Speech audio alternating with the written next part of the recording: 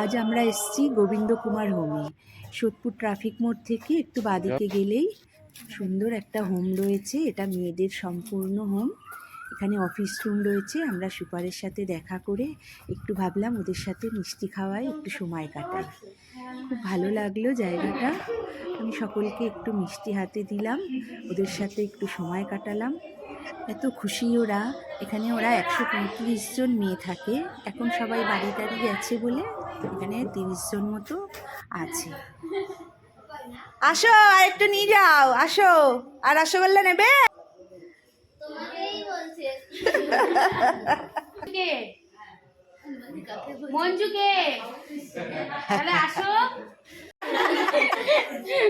আমার নাম ঝুমা। তুমি ঝাল খাও? তোমাকে আমি বৃহস্পতিবার ঝাল খাওয়াবো। একদম সবুজে ঘেরা, তার মধ্যে গঙ্গা রয়েছে। গঙ্গার জলের আওয়াজ দারুণ।